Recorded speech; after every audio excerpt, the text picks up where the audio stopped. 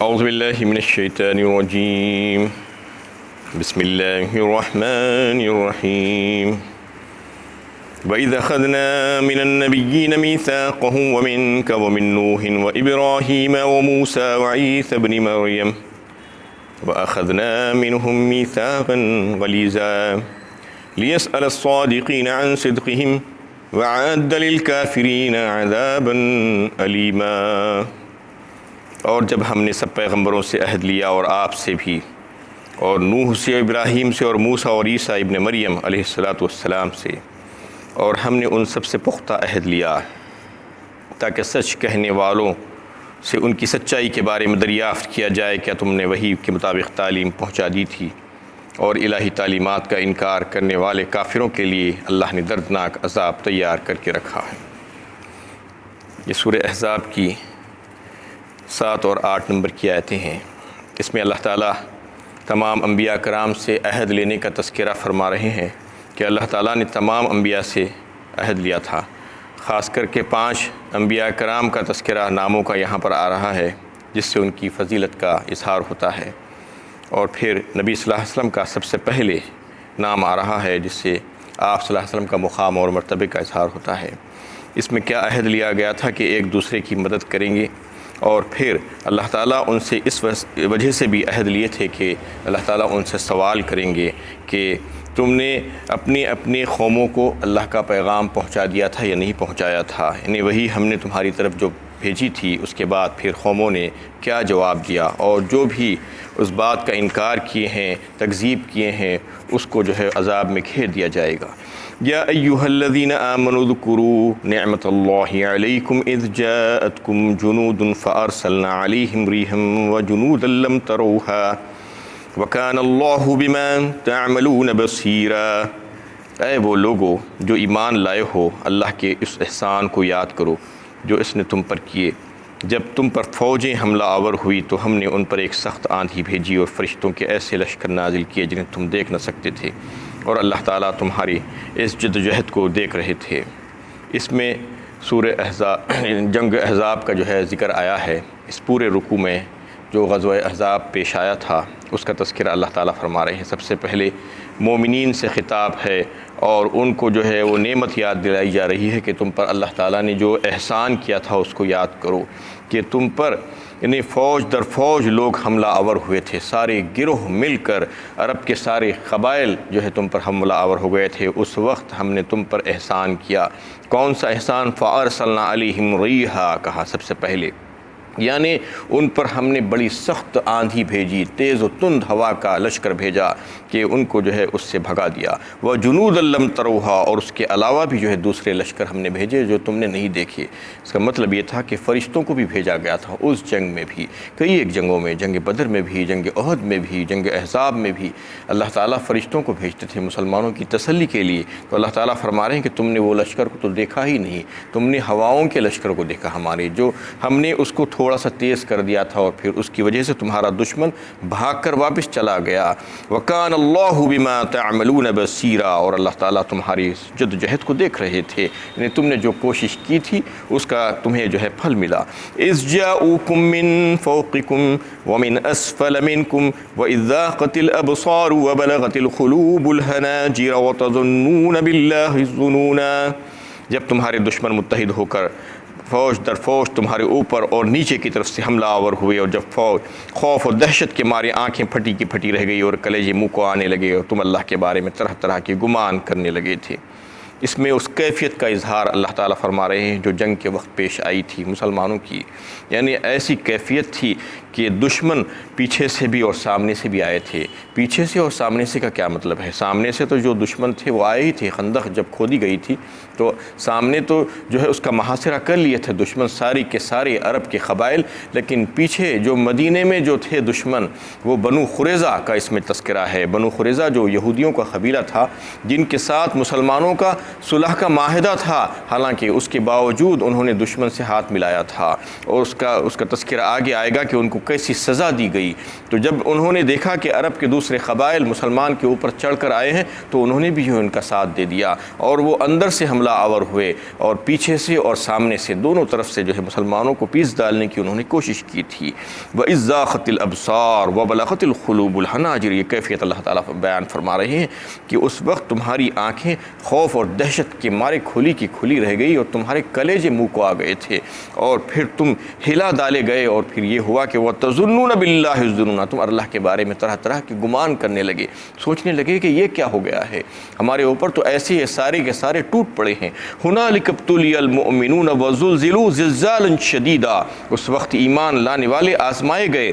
اور خوف و دہشت کے ساتھ خوب جھنجھوڑے گئے۔ اس وقت یہ ہوا کہ مسلمانوں کو خوب جھنجھوڑا اللہ تعالیٰ نے، اور ان کو جو ہے یعنی آزمانا تھا کہ منافق کون ہے اور مسلمان کون ہے۔ اس کی آزمائش کیسے ہو رہی تھی؟ خوف کے ذریعے سے، اور جو ہے قتل کے ذریعے سے، اور محاصرے کے ذریعے سے۔ یہ تمام باتیں جو ہے اس وقت حالات پیش آ رہے تھے، اور مسلمان جو ہے جھنجھوڑے جا رہے تھے، اور ان کی آنکھیں پھٹی جا رہی تھی، اور ان کو پتہ نہیں چل رہا تھا کہ کیا ہونے والا ہے۔ تو اس وقت منافقین الگ اور مسلمان الگ الگ ہو رہے تھے۔ اللہ تعالیٰ یہی چاہ رہے تھے کہ میرا کون ہے اور میرا دشمن کون ہے وہ جو ہے پتہ چلانا ہے، وہ سب کے سامنے لانا ہے۔ وَإِذْ يَقُولُ الْمُنَافِقُونَ وَالَّذِينَ فِي قُلُوبِهِم مَرَضٌ مَّا وَعَدَنَا اللَّهُ وَرَسُولُهُ إِلَّا غُرُورًا، اور اس وقت منافقین اور وہ سب لوگ جن کے دلوں میں نفاق کی بیماری تھی کہنے لگے اللہ و رسول نے ہم سے جو وعدے کیے تھے وہ فریب کے سوا کچھ نہ تھا۔ اس وقت منافقین کا پول کھل کر آیا، جیسے کہ اس سے پہلے کی آیت میں اللہ تعالیٰ نے بتا دیا کہ ہم آزما رہے تھے، ہم دیکھنا چاہ رہے تھے کہ اب کون آگے آتا ہے، کون ہمارا دوست بنتا ہے، کون ہمارے لیے لڑتا ہے ہماری خاطر، اور کون پیچھے ہٹ جاتا ہے۔ منافقین کے دل میں جو روگ تھا وہ روگ یعنی ان کی زبانوں پہ آ گیا۔ اب وہ بتایا جاتا ہے کہ 70 تھے وہ تقریباً، اور انہوں نے یہ کہنا شروع کر دیا کہ اللہ اور رسول کا جو ہمارے ساتھ وعدہ تھا کہ ہمیں کامیابی ملے گی، اللہ کی مدد آئے گی، نصرت آئے گی، کہاں سے آئی، ہم تو گھر گئے ہیں، یہ کہنے لگے وہ، یعنی ہم تو جو ہے ختم ہو گئے، یہ بالکل دھوکے کا سودا تھا۔ وَإِذْ قَالَتْ طَائِفَةٌ مِّنْهُمْ يَا أَهْلَ يَثْرِبَ لَا مُقَامَ لَكُمْ فَارْجِعُوا وَيَسْتَأْذِنُ فَرِيقٌ مِّنْهُمُ النَّبِيَّ يَقُولُونَ إِنَّ بُيُوتَنَا عَوْرَةٌ وَمَا هِيَ بِعَوْرَةٍ إِن يُرِيدُونَ إِلَّا فِرَارًا، اور جب ان میں سے ایک جماعت نے کہا اے یثرب والے، یثرب کے لوگوں، تمہارے لیے اب ٹھہرنے کا کوئی موقع نہیں ہے، واپس لوٹ جاؤ۔ اور ان میں سے ایک فریق نے نبی صلی اللہ علیہ وسلم سے اجازت چاہی، کہنے لگے کہ ہمارے گھر غیر محفوظ ہیں،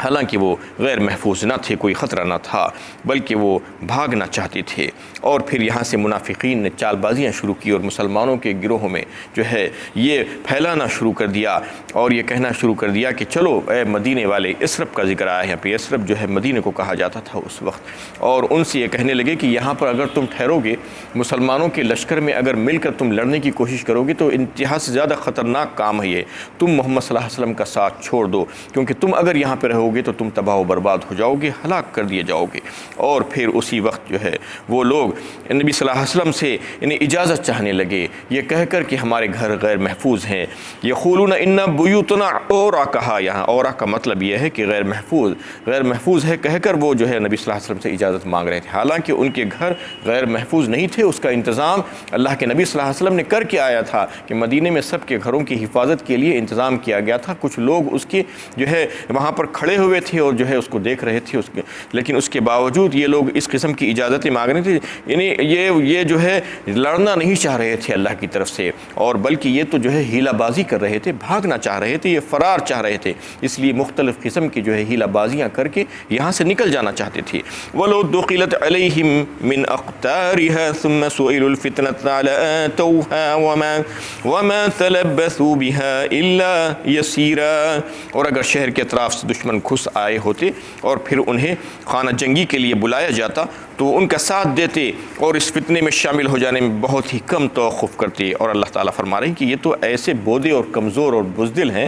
کہ اگر واقعی میں جو ہے دشمن شہر میں داخل ہو جائیں اور پھر ان کے اوپر آگے سے اور پیچھے سے حملہ آور ہو جائیں تو پھر وہ تو جو ہے یعنی فوراً ان کی بات کو مان لیں گے اور کفر و شرک کی طرف فوراً جو ہے وہ لوٹ جائیں گے۔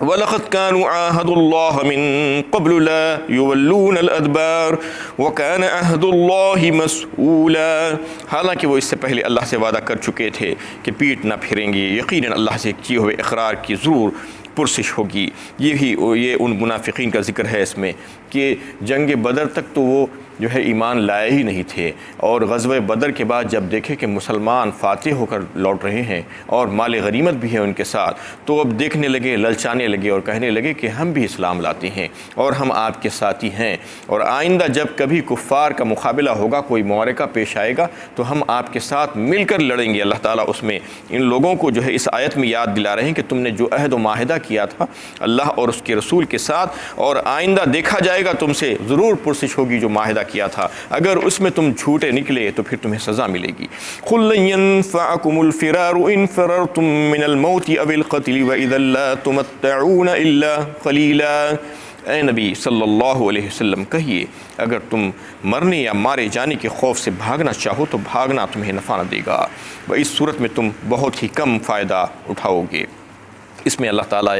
موت کا تذکرہ کر رہے ہیں کہ تم لوگ موت کے ڈر سے بھاگ رہے ہو، یعنی یہ سمجھ رہے ہو کہ قتل کر دیے جاؤ گے تو کیا ہوگا، تمہاری زندگی ختم ہو جائے گی۔ تمہاری زندگی ختم نہیں ہوگی، تمہارا جو مقدر ہے وہ رہے گا، تمہیں جو ہے جتنی مہلت ملی ہے اتنی ہی مہلت تمہیں ملے گی، تم چاہے یہاں پر رہو یا یہاں سے بھاگ کر چلے جاؤ، یہاں سے بھاگ کر بھی چلے جاؤ گے تو تمہیں جب موت آنا ہے تو آ ہی جائے گی۔ تم کتنا جی لو گے، یعنی قیامت تک جی لو گے زیادہ سے زیادہ، یا پوری دنیا کما لو گے، تو اس کے بعد کیا ہوگا، اس کے بعد تو پھر ہمارے پاس ہی آئے گا۔ یہ بہت کم ہے، بہت قلیل ہے جو تم فائدہ اٹھانے کے تعلق سے سوچ رہے ہو۔ قُلْ مَنْ ذَا الَّذِي يَعْصِمُكُم مِّنَ اللَّهِ إِنْ أَرَادَ بِكُمْ سُوءًا أَوْ أَرَادَ بِكُمْ رَحْمَةً، اے نبی صلی اللہ علیہ وسلم ان سے کہیے اللہ کی گرفت سے تم کو کون بچا سکتا ہے اگر وہ تمہیں کسی مصیبت میں مبتلا کرنا چاہے، اور کون اس کی رحمت کو روک سکتا ہے کہ اگر وہ تم پر مہربانی کرنا چاہے۔ وَلَا يَجِدُونَ لَهُم مِّن دُونِ اللَّهِ وَلِيًّا وَلَا نَصِيرًا، اور وہ اللہ تعالیٰ کے مقابلے میں یعنی اللہ تعالیٰ کے عذاب سے بچانے کے لیے اپنا کوئی حمایتی اور مددگار نہ پائیں گے۔ یعنی ان سے پھر سے دوبارہ کہا جا رہا ہے کہ تم موت کے ڈر سے بھاگ رہے ہو، دیکھو اللہ تعالیٰ جس کو جو دینا چاہتے ہیں دیتے ہیں، اسے کون روک سکتا ہے۔ اگر اللہ تعالیٰ تمہیں جو ہے موت دینا چاہے، یا تمہیں کوئی بیماری دینا چاہے، یا تم کو کوئی مصیبت میں مبتلا کرنا چاہے، یا تمہیں قحط سالی میں مبتلا کرنا چاہے، یا تمہاری جانی اور مالی نقصانات کر دینا چاہے، تو کون اس سے تم کو بچا سکتا ہے؟ یا اللہ تعالیٰ اپنا فضل کرنا چاہے تو کون جو ہے اس کو اپنے فضل دینے سے روک سکتا ہے؟ کوئی نہیں روک سکتا۔ قد يعلم الله المعوقين منكم والقائلين لإخوانهم هلم إلينا ولا يأتون البأس إلا قليلا، تم میں سے اللہ تعالیٰ ان لوگوں کو خوب جانتے ہیں جو جنگ میں رکاوٹیں پیدا کرتے ہیں اور اپنے بھائی بندوں سے کہتے ہیں کہ ہمارے پاس چلے آؤ، کہاں کا دین کہاں کا ایمان، خواہ مخواہ حق و باطل کے چکر میں پڑے ہوئے ہو اور جنگ و جدال میں بہت ہی کم حصہ لیتے ہو۔ یہ ان لوگوں کا تذکرہ ہے، منافقین جو تذکرہ چل رہا تھا کہ وہ نہ صرف جو ہے خود نہیں آتے تھے، خود جو ہے لوگوں کو یعنی روکتے تھے، بلکہ دوسرے لوگوں کو بھی، اپنے بھائی بندوں کو بھی اس میں سے جو ہے روکنے کی کوشش کرتے تھے، اور یہ کہتے تھے کہ یہ سب بیکار باتیں ہیں، یہ دین اور یہ اسلام اور یہ حق اور یہ باطل کا معرکہ یہ کچھ بھی نہیں ہے، تم وہاں سے واپس آ جاؤ۔ ولا یاتون الباس الا خلیلا، اور خود جو ہے جنگ میں حصہ نہیں لیتے تھے اور ان کو بھی روک دیتے تھے، اور اگر کبھی دکھاوے کی خاطر چلے ہی جاتے تو بہت کم، یعنی بس دکھانے کی خاطر کچھ ایسا لڑ لیا اور دکھا دیا کہ ہم بھی مسلمان ہیں، ہم بھی تمہارے ساتھ ہیں۔ اشیحۃ علیکم فاذا جاء الخوف رأیتهم ينظرون الیک تدور اعینهم كالذی یخشى علیہ من الموت فإذا ذهب الخوف سلقوكم بألسنة حداد أشيحة على الخير، تمہارا ساتھ دینے میں بڑے ہی بخیل ہیں، پھر جب جان کا خطرہ نظر آتا ہے تو تم انہیں دیکھو گے کہ وہ تمہاری طرف بڑی ہی گھبراہٹ سے دیکھتے ہیں، ان کی آنکھیں اس طرح پھرتی ہیں جیسے کسی مرنے والے پر غشی طاری ہوتی ہے۔ فَإِذَا ذَهَبَ الْخَوْفُ سَلَقُوكُم بِأَلْسِنَةٍ حِدَادٍ أَشِحَةٍ عَلَى الْخَيْرِ، پھر جب خوف و خطرہ ٹل جاتا ہے تو تم پر زبان درازی کرتے ہوئے تانے اور تکلیف پہنچاتے ہیں، اور مال غنیمت بڑے ہی حریص ہوتے ہیں۔ اس میں وہ لوگوں کے جو اوصاف ہیں اللہ تعالیٰ بیان فرما رہے ہیں، کیسی بد خصلتیں ان لوگوں کے پاس تھی، یعنی لڑنے لڑنے میں جو ہے پیچھے ہٹنا چاہتے تھے اور مال غنیمت کے حریص اور ایسی زبانیں چلاتے، اور جب دیکھتے کہ مسلمان کامیاب ہو رہے ہیں، فتح یاب ہو رہے ہیں، مال غنیمت مل رہا ہے، تو کہتے کہ ہم بھی تمہارے ساتھ ہیں، اور بڑا استقبال کرتے ہوئے نظر آتے ان کا، اور یہ کہتے کہ ہم تو تمہارے ساتھی ہیں، ہم بھی مومن ہیں، اور زبان درازی کرتے اور بڑی جو ہے شجاعت کے دعوے کرتے اور مردانگی کا اظہار کرتے، جبکہ جو ہے انتہائی بزدل اور جھوٹے ہیں یہ لوگ، اللہ تعالیٰ فرما رہے ہیں، اور ایسی آنکھیں پھراتے ہیں جیسے مرنے والا اپنی آنکھیں پھراتا ہے۔ فَإِذَا ذَهَبَ الْخَوْفُ صَلَخُوكُمْ بِأَلْسِنَةٍ حِدَادٍ أَشِيَةٍ عَلَى الْخَيْرِ، بس جو ہے خطرہ ٹل جاتا ہے تو زبان درازی شروع کر دیتے ہیں، اس سے پہلے ڈر کر خاموش بیٹھے ہوئے رہتے ہیں۔ أُولَٰئِكَ لَمْ يُؤْمِنُوا فَأَحْبَطَ اللَّهُ أَعْمَالَهُمْ وَكَانَ ذَلِكَ عَلَى اللَّهِ يَسِيرًا۔ واقعہ یہ ہے کہ یہ لوگ ایمان لائے ہی نہیں تھے، اس لیے کہ اللہ نے ان کے اعمال برباد کر دیے، اور یہ اللہ کے لیے آسان ہے۔ اس میں اللہ تعالیٰ تذکرہ فرما رہے ہیں کہ یہ لوگ ایمان ہی نہیں لائے تھے، یعنی بظاہر یہ ڈھونگ رچا رہے تھے اسلام کا، لیکن جو ہے ان کے پاس اخلاص تھا ہی نہیں، یہ دکھاوا کر رہے تھے۔ اللہ تعالیٰ فرماتی ہیں کہ ایمان لانا جو ہے بظاہر ایمان لانا کوئی اہمیت نہیں رکھتا، اور یہ لوگ نہ صرف بظاہر ایمان لائے تھے بلکہ نمازیں پڑھتے تھے، روزے رکھتے تھے، جہاد میں شریک ہوتے تھے، اور دیگر جو ہے اچھے کام کرتے تھے مسلمانوں کے ساتھ شریک ہو کر،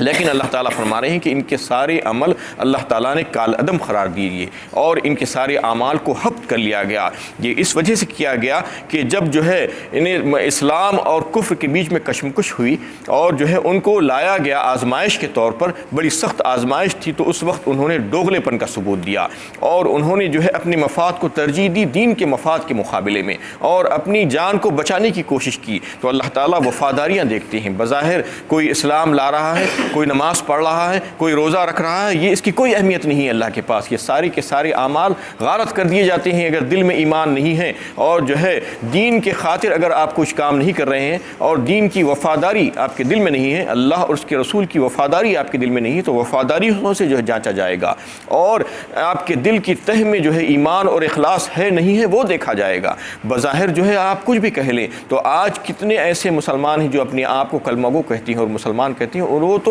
اعمال سے بھی غافل ہیں۔ یہ لوگ تو کم از کم کچھ نہ کچھ عمل کر لیا کرتے تھے، دکھاوے ہی کے صحیح، لیکن آج تو مسلمان ایسے ہیں کہ دکھاوے کے خاطر بھی عمل نہیں کرنا چاہ رہے ہیں، اور کہتے ہیں کہ ہم بڑے مومن ہیں، ہم تو کلمہ گو ہیں، ہم تو بخشے بخشائے ہیں۔ وہ خود جو ہے اپنا محاسبہ کر لیں اور اندازہ لگا لیں کہ وہ منافقین جو اسلام کا دعویٰ کر رہے تھے، اور یہ نمازیں پڑھ رہے تھے، روزے رکھ رہے تھے، جہاد میں بھی شریک ہوتے تھے، اور دیگر جو ہے کام کرتے تھے، صدقات و خیرات دیتے تھے، اس کے باوجود اللہ تعالیٰ اس میں فرما رہے ہیں کہ انہوں نے ایمان لایا ہی نہیں، ان کے پاس ایمان ہے ہی نہیں، اور ان کے سارے عمل جو ہے غارت کر دیے گئے اللہ کی طرف سے۔ تو ہم اپنے اعمال کا جو ہے محاسبہ کریں کہ ہم کیا کر رہے ہیں، آج ہم کہاں پر کھڑے ہوئے ہیں، کیا ہم اللہ کو ناراض نہیں کر رہے ہیں؟ اور اگر ایسا کریں گے تو پھر ہمارے اعمال کہاں سے بچیں گے؟ جو کچھ بھی ٹوٹے پھوٹے عمل ہم جو کر رہے ہیں وہ سب کے سب غارت ہو جائیں گے۔ وآخر دعوانا الحمد للہ رب العالمین۔